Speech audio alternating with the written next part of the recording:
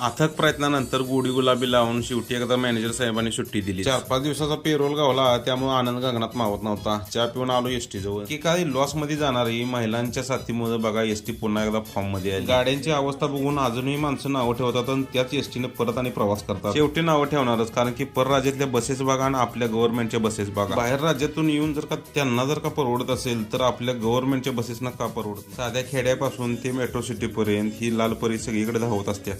पण यांची अवस्था जर का आता बघितली तर प्रमाणाच्या बाहेर नुकसान झालेलं आहे. म्हणजे तुम्ही डोळ्या देखत बघताय सर. या सगळ्या अवस्थेला दोषी कोण, जबाबदार कोण ही बघण्यापेक्षा 50% बसेस जरी खरेदी करून जर का त्या रस्त्यावर जर का धावू लागल्या तर 100% उत्पन्न वाढ होईल आणि त्यातूनच आपल्या महाराष्ट्रालाही त्याची मदत होईल. साहजिकच आहे की धार्मिक आणि ऐतिहासिक दृष्ट्या महाराष्ट्र श्रेष्ठ आहे. फक्त काय आहे की इथे बसेस जर का व्यवस्थित ठेवल्या तर पर्यटन वाढू शकते आणि पर्यटन वाढले की सर्वसाधारण बेरोजगार जो तरुण आहे त्यालाही काम मिळू शकते. एक प्रवासी म्हणून माझी खंत व्यक्त